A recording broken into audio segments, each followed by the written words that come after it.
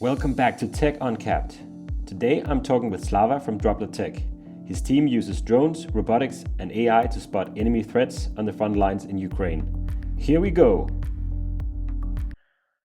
Hi Slava, welcome to the Tech Uncapped podcast. I'm so happy to have you here today. Likewise, Peter. Thank you for having us.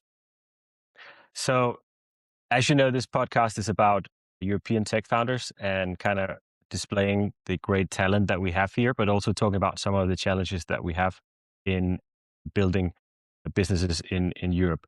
Now, your company is quite special because it has additional layers of complexity and challenge with the current ongoing war in Yes. Ukraine. So, which also led you to start up your company. So maybe you could start telling the audience a bit about who you are, your origin story, and how that led you to found Dropla. I'll try to be really quick. So thank you for inviting me. So my name is Vyacheslav Shvaidak, but everybody in Danish defense, I guess, knows me as Slava. This is a short name. So it's pretty easy to remember. It's like Slava Ukraini. It's the same thing. So I'm a Ukrainian. I'm an ex-lieutenant in the Ukrainian Armed Forces in Armored Division. I hold technical degree in electromagnetic warfare and C2 systems. Specifically, and I have a PhD in economics, but that's a topic for another story, how I tried to beat corruption in Ukraine by providing a guarantee mechanisms. And it was really fun that I found out that IFO is actually doing exactly that thing, what I described in my PhD back then. But nevertheless, I have a very interesting story of origin, let's say how it led to me organizing Dropla here in Denmark. It's been a crazy ride, I would say that. I left Ukraine 5 days before the war started, not because I thought that war is going to break out, but because my friend asked me to go and parley on his behalf with one big Swedish company. He simply didn't have anyone in his top executive level that had a fluent English and also can strike a bargain and can do negotiations. So he asked me, can you do that for me? And I'm like, free trip to Sweden, you can count me in, I can do that. And I had a ticket back on 24th of February. So it was the day the war started, I had a ticket back. And I got into a very tough situation in my life where the life basically puts you in this, I call it bifurcation points, like where how it's gonna go. It's up to you. You're just in the spot where you need to choose what you're gonna do. Because I hold a huge heart for Ukraine and for the Ukrainian people and for Ukrainian culture. And I'm a big patriot for my country. So I made a vow with myself internally that if I will stay out, I will contribute greatly to the defense of our people by attracting and funneling funds into the war effort, which is specifically what I did. And it was a very interesting conversation that I had with my friend and now co-founder, Dmitry Zarubin. He's my CTO now. Yep. We've been both in the lieutenant's training back in Ukraine. He's still based in Ukraine. Yes, he is still based in Dnipro, yes, and he's a full-time CTO.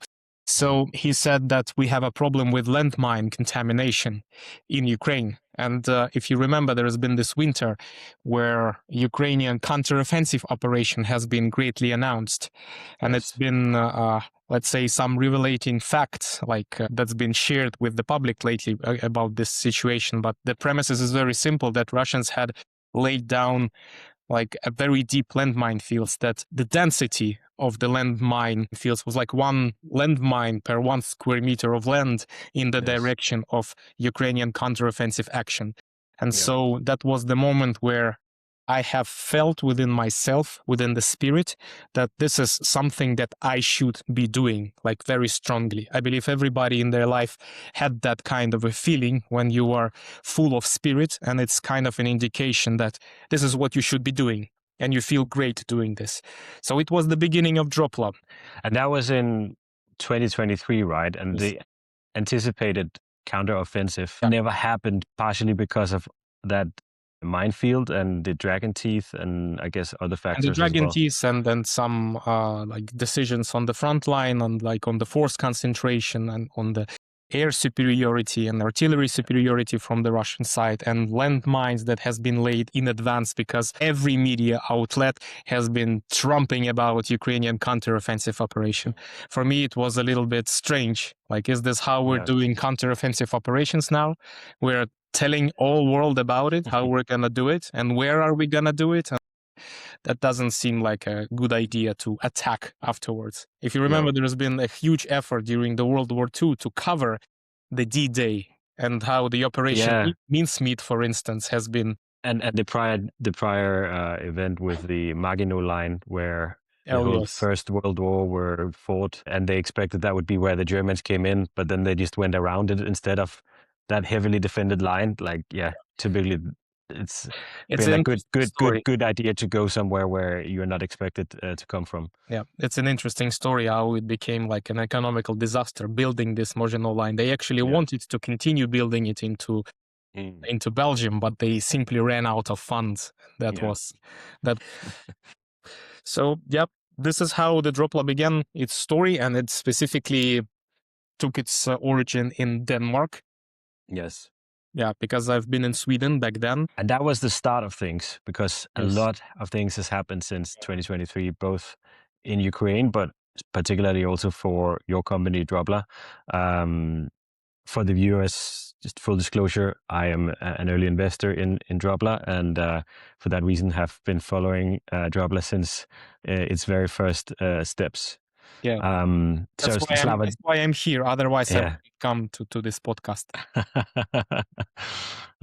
Thanks for laying it down like that. Anyway, let's talk a bit about how you've evolved a bit from there, because there's like so many interesting moves that this journey has taken you through.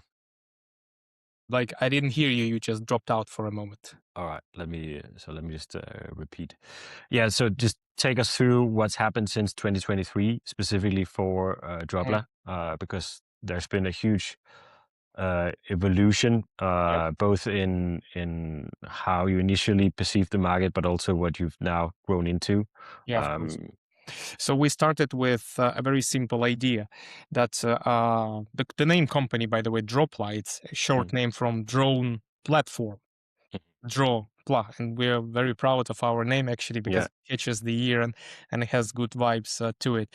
The idea was very simple, that you put different types of remote sensing technologies, like in order to detect landmine, basically you need to scan the ground with remote sensors, and we have three main domains within which we operate. It's optical, magnetic, and electromagnetic domains. And the idea of Dropla was that you put different types of sensing technology onto a separate drone, and then you fly them all together in a fleet formation. So basically, it was done to speed up the data acquisition, because if you look at the problem of landmine contamination in Ukraine, right now it's 26,000 square kilometers on the accessible land that Ukraine holds the control over is contaminated with landmines, and that's like half of Denmark, for you to like to have like a good visual reference. Imagine that you need to demine half of Denmark. Like, first you need to scan it, like, and prepare the maps and give the intelligence for the non-technical surveying phase of the demining action to the demining operators. And so you fly this in a fleet formation, like 10 drones gathering the data. We've been clocking 40 hectares a day with 6 different sensor types, which is pretty insane if you ask me. And that was the beginning of Dropla and the beginning of the swarming platform that we've been developing so far, and work on the remote sensing technologies and work on the AI capabilities to detect all those spectral signatures. That was our initial push, like, to go in this direction. Yes. And of course, there's a very great need for demining, as you just laid out the case for, but you've also now started to go into more near front activities as well. Would you be able to tell us a bit about Blue Eyes and how that came about, and what the need are for such a solution? Absolutely.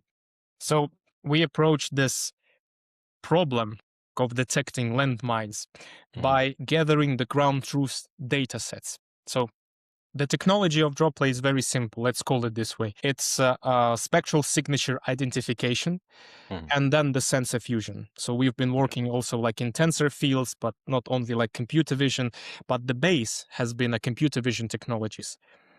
And for that, you need to train systems to detect, okay, this is a landmine of that type. This is an indication that there might be a landmine. On multispectral picture, you can see a discoloration of the plant. If there has been a landmine under it, you will see that leaves on that particular plant, either it's because of the leaking of the chemicals of the explosion that basically kill a plant or turn its leaves yellow. There is that kind of an indications of that there Yeah. might be something in there.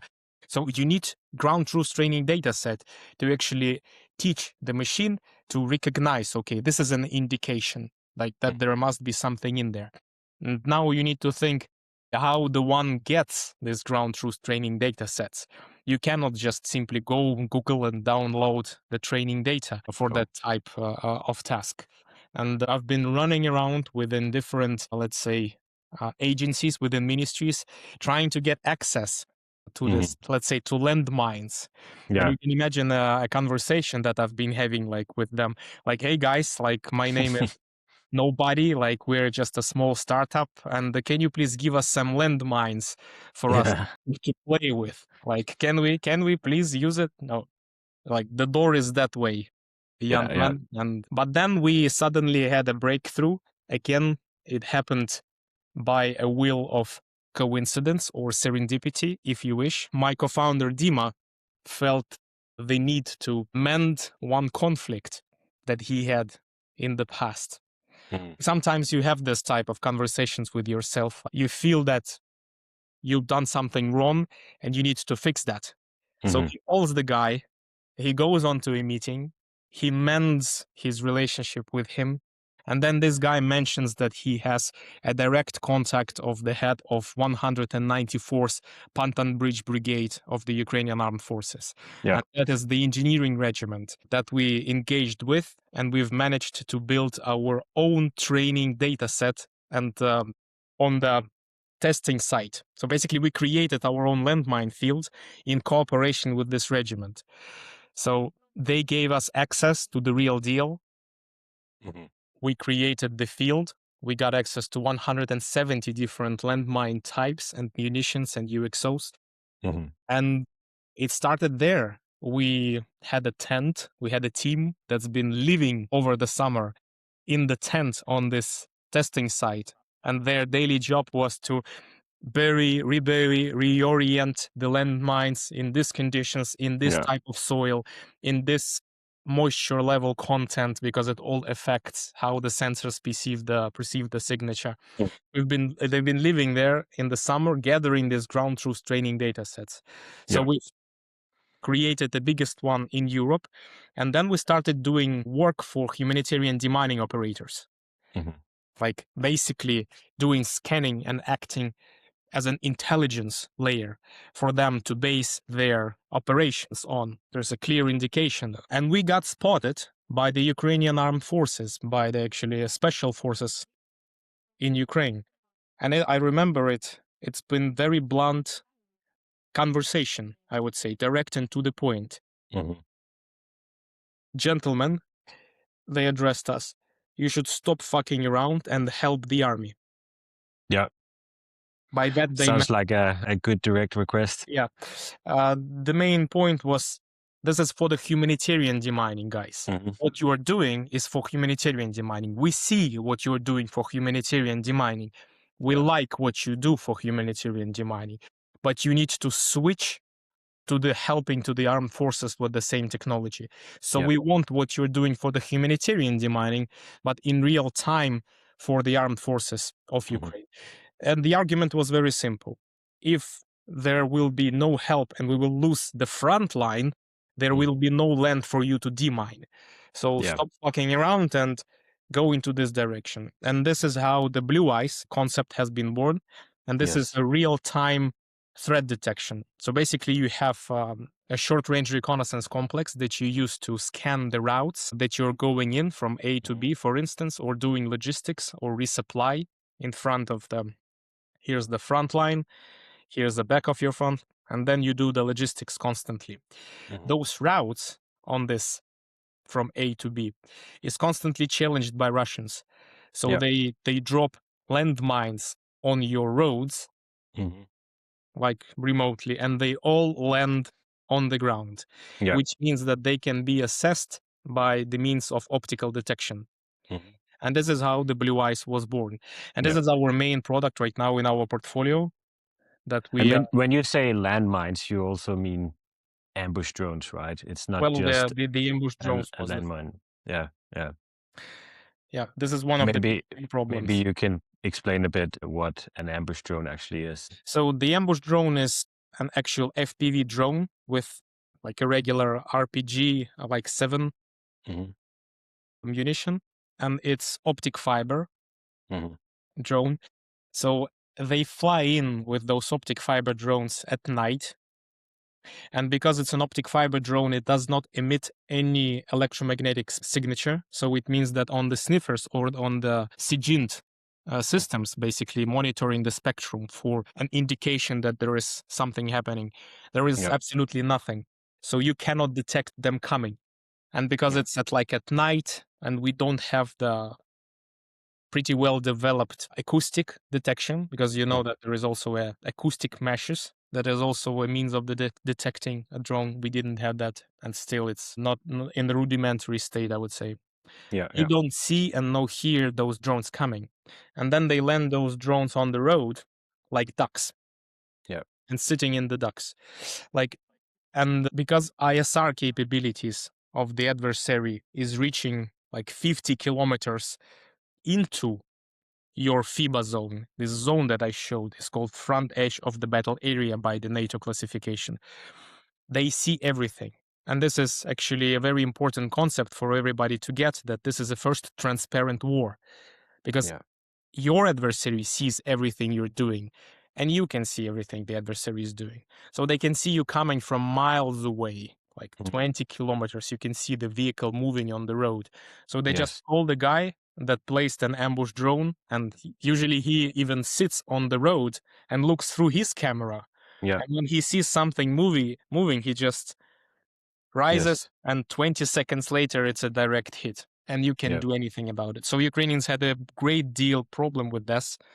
So this is where the Blue Eyes has, I would say, excelled, and this Yes. is where we felt and And you're able to do that because of that really great set of training data that you had, yes.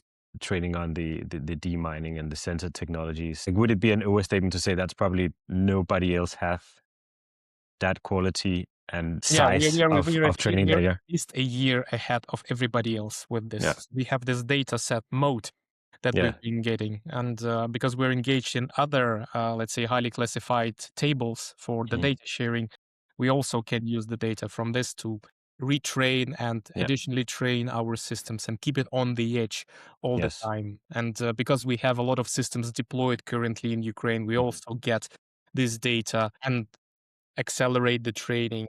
And yeah, Yeah. this is what. But even when you started out with the first versions, you had a very high accuracy, right? It came out quite nicely from the start, Yes. relative to what it's supposed to sort from going from non-real time to actually real time threat detection. Well, it's like we had the 87% from the get-go, and like right Yeah. now it's like 92% in all Wow. type of terrains and conditions. So Yeah. we have like seasonal data sets. You have autumn data sets, summer data sets, winter data sets, spring data sets, and Yeah.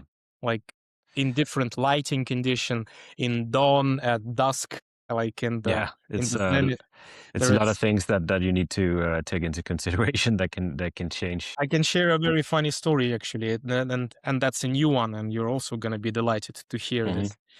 Like we got a call from one of the counter UAS regiments in Ukraine, and they had Blue Eyes in their possession, and then they said that we have hooked up your system to our anti-Shahed drones, Hmm. Okay. and the reason for it because they fly at night and they hunt at night. It's Yeah. very difficult for the operator. Imagine this, that you need to look at the screen with basically black sky, okay? Hmm. and then you need to look for a drone Yeah. with your eyes and hit it, which is extremely Yeah. hard. Yeah. Yeah. Of course, it's like a thermal cameras as well, and you get the point. It's very hard to differentiate. And guess what? Blue Eyes works. Nice. And now we are expecting that we will receive a lot of requests from the country US regiments in Ukraine for our system. Mhm. And because Blue Eyes is basically a compute box that is Yeah. sitting right next to your C2 station and it does the inferencing in real time, we're expecting a huge surge in interest for our systems. That's a That's new one. That's a CUS yeah. category for us. Can you say explain what CUS means to the people that are Counter not unmanned familiar? aerial systems. Yeah. So you need to shut down things from the sky that is coming at you. Mhm. So we don't really care if you're looking for a drone on land or drone in the sky. Like you can have No. hook up the Blue Eyes and it will do the job. That's a very very essential advancement in your capabilities. That's the whole new sector opening up for us. So one thing about the challenges that you have uniquely to being a defense tech startup, probably there's also corporate espionage and so on in other startups. Most likely not before they really make it. But you have an extra set of threat in terms of state actors interested in getting access to this type of data. How do you approach cybersecurity? What are your thoughts on cybersecurity and the threats that we are under in Ukraine, but also in Europe in terms of building defense tech startups? Well, the data sovereignty and the data access is a very big thing. Like, where Mhm. do you store the data? Like, who has access to data? We actually Yeah. investing heavily on our, let's say, nearing fourth year of our operations in Mhm. July, and cybersecurity has been a topic for at least a year, but this year in 2026, we as a startup investing 150,000 into security measures alone. That's not Mhm. accounting for salaries. That's just an infrastructural cost that we need to suffer in order Yeah. to get the system onto at least par level with what we need to adhere in order to get access to, let's say, a bigger pools of data and access to a bigger programs, because Mhm. it's a huge administrative load that you need to take in. Security Yes. clearances, IT infrastructure security clearances. So security audits that is coming with, let's say, domain specific operations that we're doing. Mhm. It all takes a toll on your budget, obviously, Yeah. Yeah. as a It startup. does. Like if you're running your B2B SaaS startup, you don't think about that kind of stuff unless you are in some heavily regulated environment like banks Mhm. and finance. But you get the point. Yes. It's a startup world, and for every early startup, the only pain point is capital and access to Yeah. the capital. And you can Mhm. imagine how hard it might be because we are outside the de-risking parameters for the banks. It Yeah. means they don't want to deal with the startups because we don't have 5 years of perfect and meticulously Yes. audit revenue history with EBITDA margin equals more than 40% at the end of the year. Yeah. If you don't have that, like, I'm sorry, you are not fundable because banks don't take any risks. Right. Yeah. Banks is not typically where you go and get your money from as a startup, right? And that's where startups rely so heavily on angel investors when they first start. The three Fs: friends, families, and fools, typically providing the first capital, but then followed by more professional angel investors and later on venture capitalists. And that is typically how the startup world and ecosystem works in general. Yeah. So let's talk a bit about that and the specific challenges that you see for getting capital in Europe and also for defense tech, where previously most of these venture capital companies were not even allowed to invest into anything that had defense related into their Mhm. operations or even dual use. There were a few that were specialized in it and were allowed to it, but from many funds were not even allowed to it, which just made the amount of potential investors even more smaller.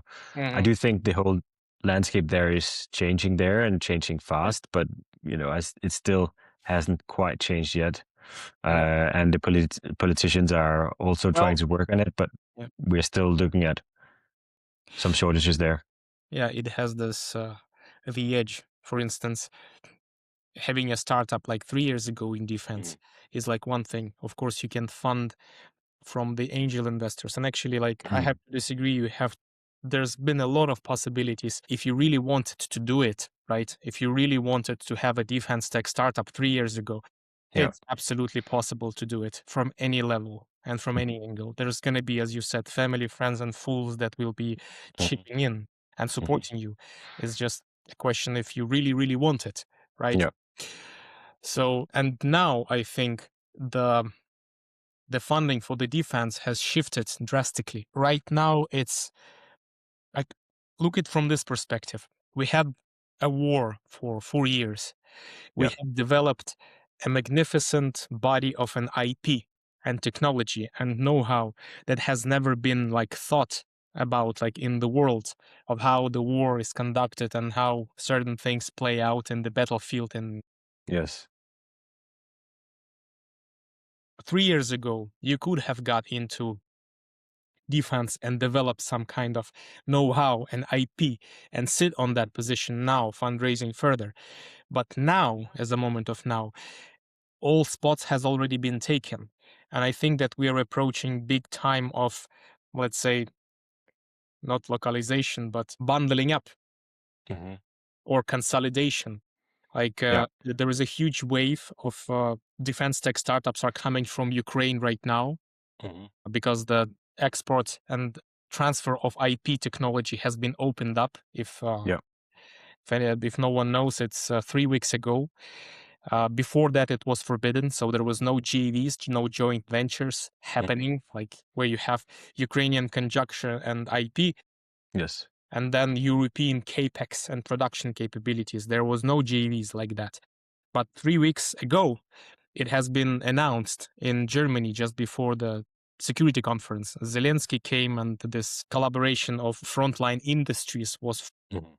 frontlined as like seems like I'm repeating myself, but this is frontline industries as a first Mhm. case where you have an IP from Ukraine connected with the capex capabilities and production capabilities with Europe into a joint venture that received contract under Build in Ukraine initiative.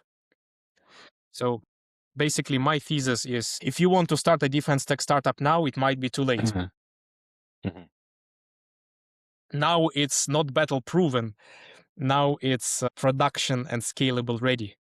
I see. So, but the ones that are already live in Ukraine and have done their experiences, it make a lot of sense that you then team up with the European capabilities on, as you say, production, manufacturing, Yep. um, maybe even marketing, commercialization know-how on getting into the European market, so to say. I know Bifrost Defense as well, the venture studio, a sibling studio to my venture studio, is also very much relying on that approach that they find Ukrainian-based founders and then they are teaming up with them in terms of building. They have Yep. one venture they're already running with, and I think another one on its way as well. And simply for that fact that like the Ukrainians have been living this for many years, they know what's going on. They're the closest to the battlefield, Yeah. and unfortunately, it's been a bit of a laboratory on warfare in terms of the very fast development that we've seen from the warfare we previously knew to the now this first century warfare with drone technology and robotics, which has drastically altered how you do warfare, I think would be safe to say. Well, now we can see what's happening in the Iran, actually, where this stockpile of conventional weaponry is actually Yes. making huge sense, and complete air superiority is still a thing. Let's not forget about it. Yeah. Yeah. Here, yeah, there is a big Yeah. trouble that is happening in the Middle East right now, if you ask me.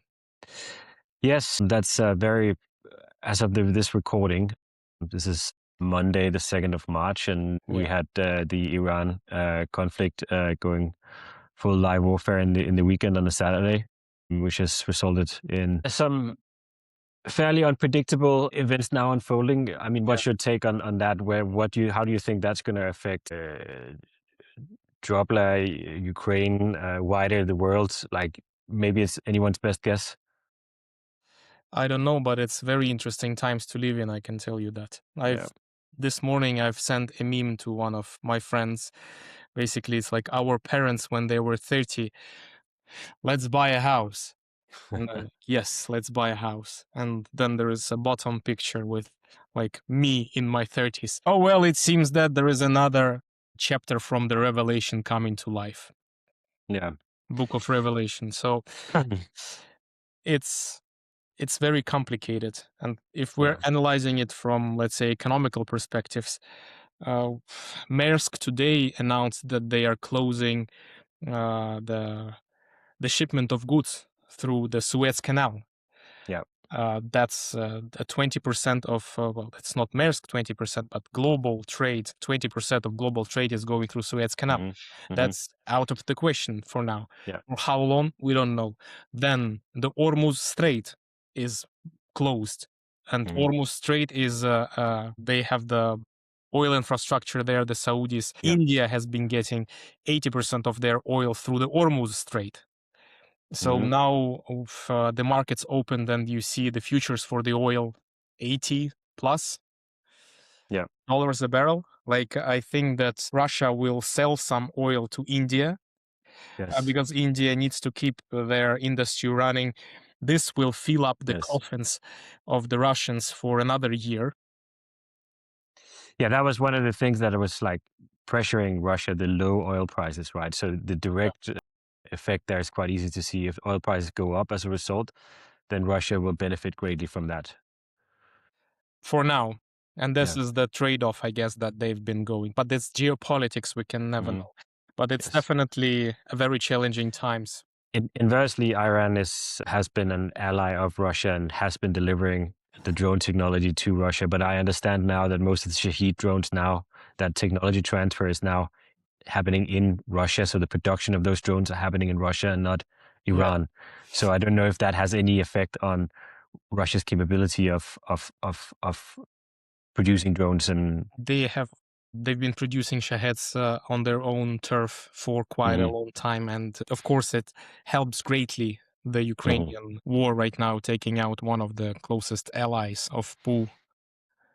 So Yes, and so these are the most obvious places of fallout. We've seen some attacks in Dubai as well that are closed down, like a key hub for flights as well. And additionally, that's just unfolding right now is the AWS data centers that was hit in UAE and in Bahrain, and apparently that's creating some mm, issues there, even though it's local. We see that Vercel is down today. Claude Anthropic, there was some rumors there that that was yeah, correlated as well. It shouldn't be, but maybe there is some fragility that is causing them to also have some fallouts. Maybe just in the redirection of traffic from those data centers to Europe has caused that outage. We don't know as right now, but those are like aspects that you wouldn't normally think would affect us either, which currently seems to be affecting us. And of course, the U.S. Army is using Anthropic as well for their operations. They used it for Venezuela, and it seems like they're still using it, even though there was the whole fallout between yeah, the the U.S. Trump government administration. and Anthropic. They're supposed to have stopped or will stop using Anthropic, but they can't just change it out overnight. OpenAI is coming in now instead of Anthropic, Yeah, actually on the terms that Anthropic wanted. So it's kind of weird that this whole game, but that's very much, I think, a public perception type of fight they are running more than what is actually real. another day and someone gets offended. Yeah, yeah, um, yeah. So that's it's a very complex world we're living in right now and landscape to navigate. Um, Another chapter from the Book of Revelation, I can tell you. yeah, yeah. If we roll it back a bit and then look a bit about Europe and building a startup in Europe. So we're talking a bit about capital and the issues in getting capital, how the landscape is changing there. Then there's another place where a defense tech startup is quite different in its go-to market from other startups. Let's talk a bit about issues in actually getting clients and revenue in this space. Maybe you can ask something less painful. I mean, you head straight for Max Payne, right? Yeah, It's that gets is the best podcast. indeed. So the defense industry is extremely relationship driven. and your connections and your relationship with people within the industry that basically proves your accountability, proves your resourcefulness, proves Mhm. you as a reliable person and a Yeah. reliable company. Like you constantly need to prove yourself in the society for a very long time before you even begin to be approachable by that level of individuals that are stakeholders in the decision making that actually influences you getting a contract. Mhm. It's extremely hard to get into this what's called doxa, Yeah. and it takes heart, it takes conviction, it takes time when you're beginning it from like basically scratch and zeros. Mhm.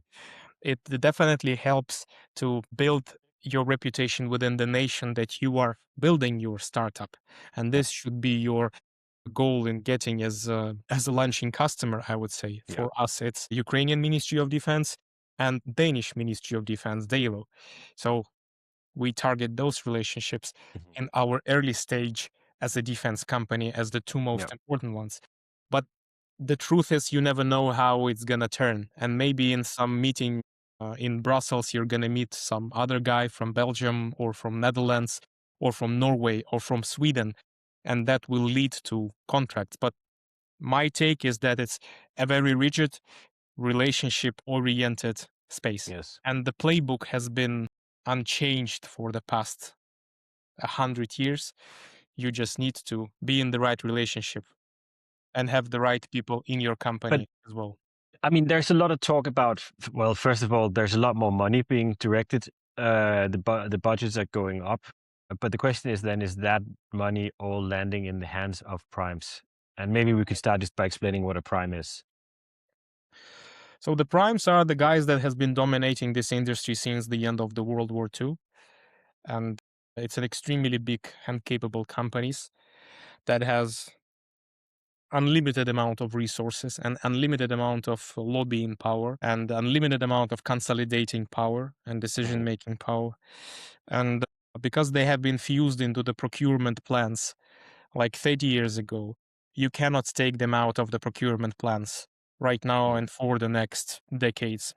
It's simply not possible. And because you have three layers, like you have like consumer grade, you have business, and you have military grade technology, Mhm. like those has been proven as a reliable suppliers to the MODs. And this reliability comes with decades of experience in navigating in the sector, in the technology development. It doesn't come overnight. And 90% of all the contracts will continue going to the primes. And then you have like roughly 4,000 other companies acting as a sub-supplier to the prime.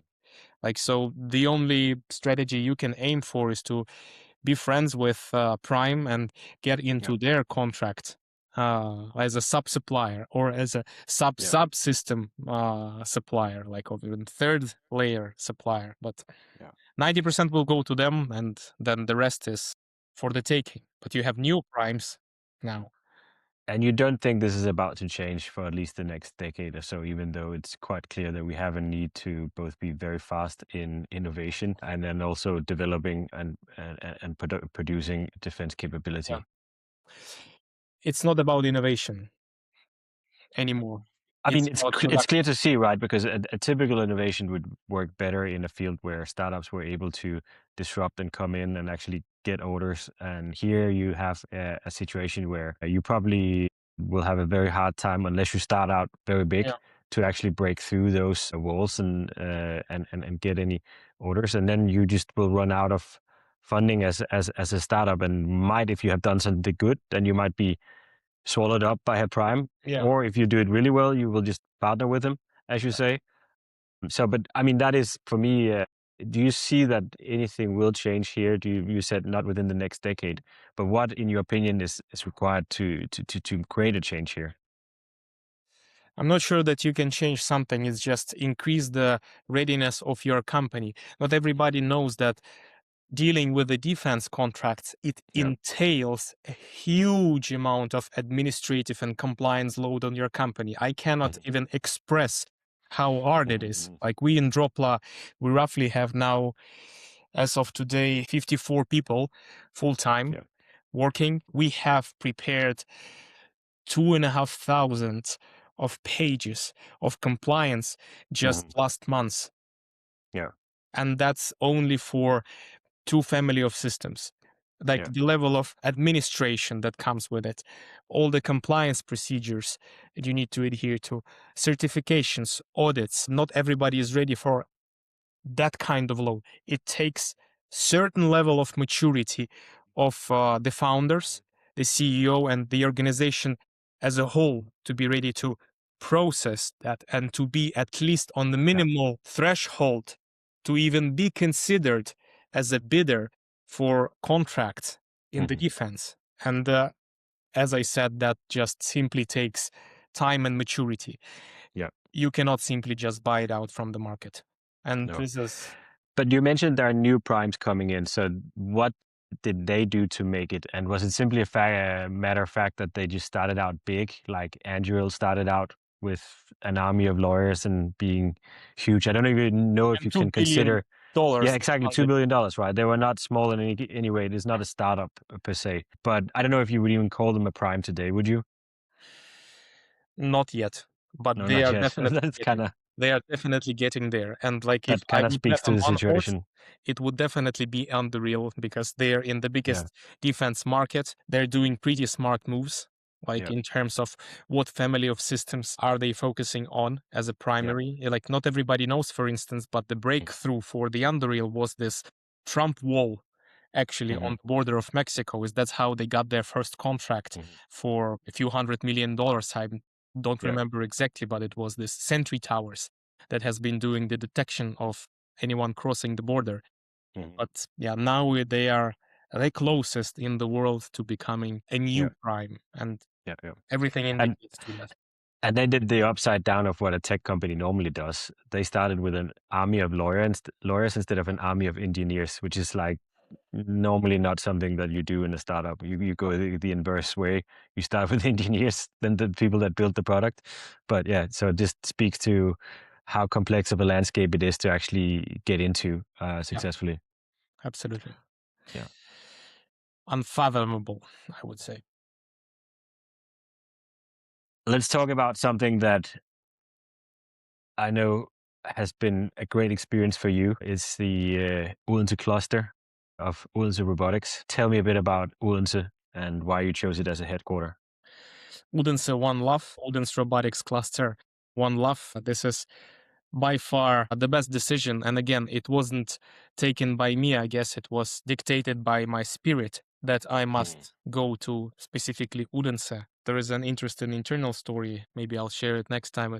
I've been predetermined to go and be introduced to Odense robotics cluster. Like not everybody knows what that is, but Yeah. Odense Robotics is the national drone and robotics and automation cluster of the Kingdom of Denmark. It originated from the story when in the port of Odense, Maersk has given like roughly like 30 years ago, like 30 million euros in order to Hmm.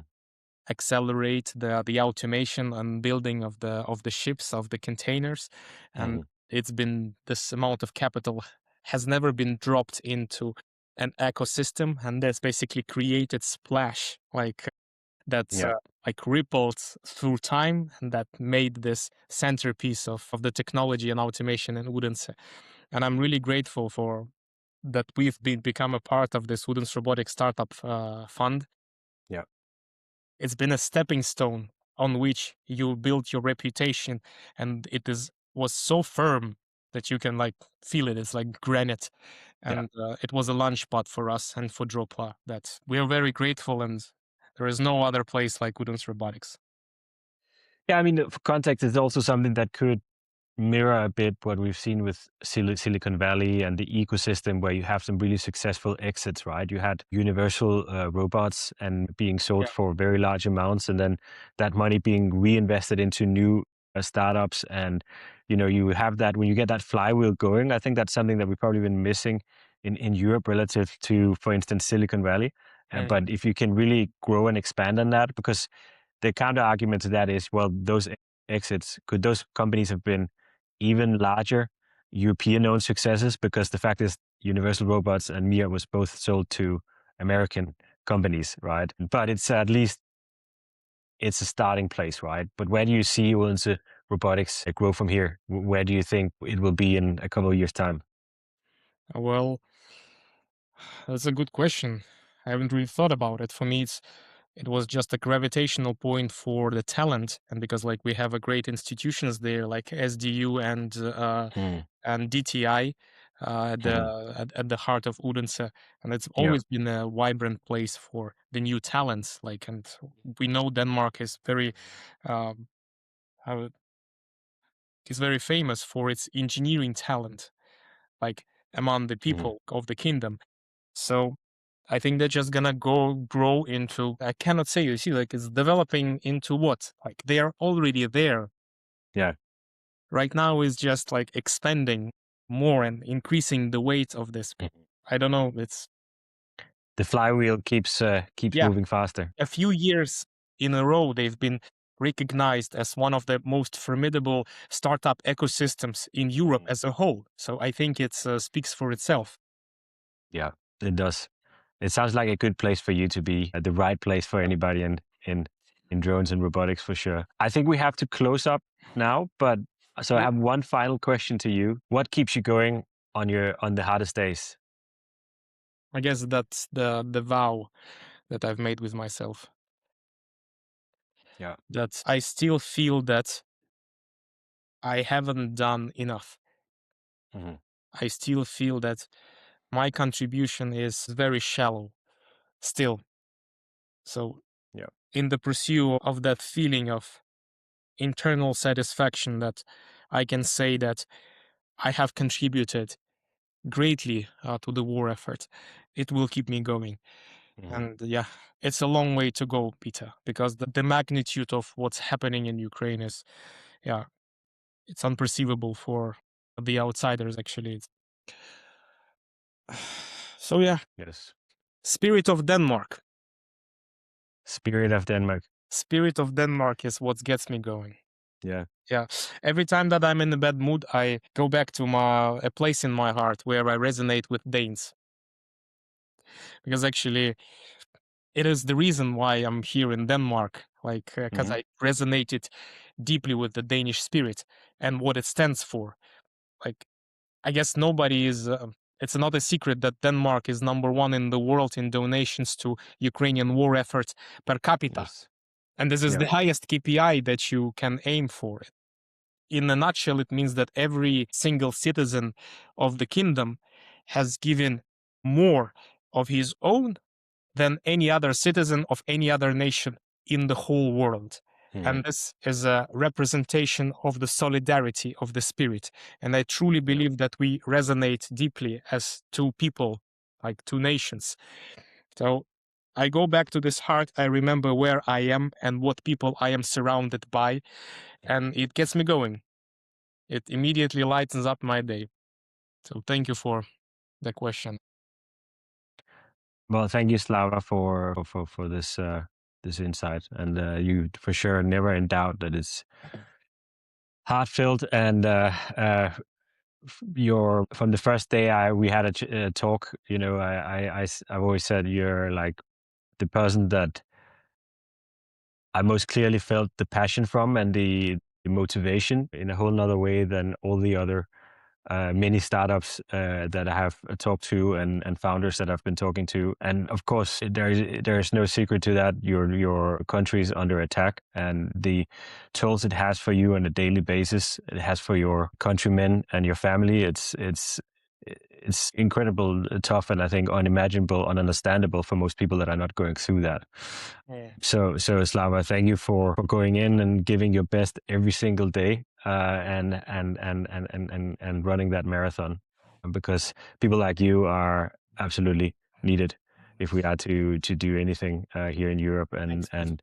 both defend ourselves against Russia and other threats, but also just in building up a strong Europe that will thrive on everything from, yeah, technology to everyday life. So thank you, Slava, and thank you for being on this podcast as well. Yeah. Thank you. Thank you for inviting me. I have a closing statement. All right. Danes are awesome. Be like Danes. Okay. All right. On that note, we'll close the podcast. Yeah. Thank you, Slava. Bye bye. Thank you, Peter.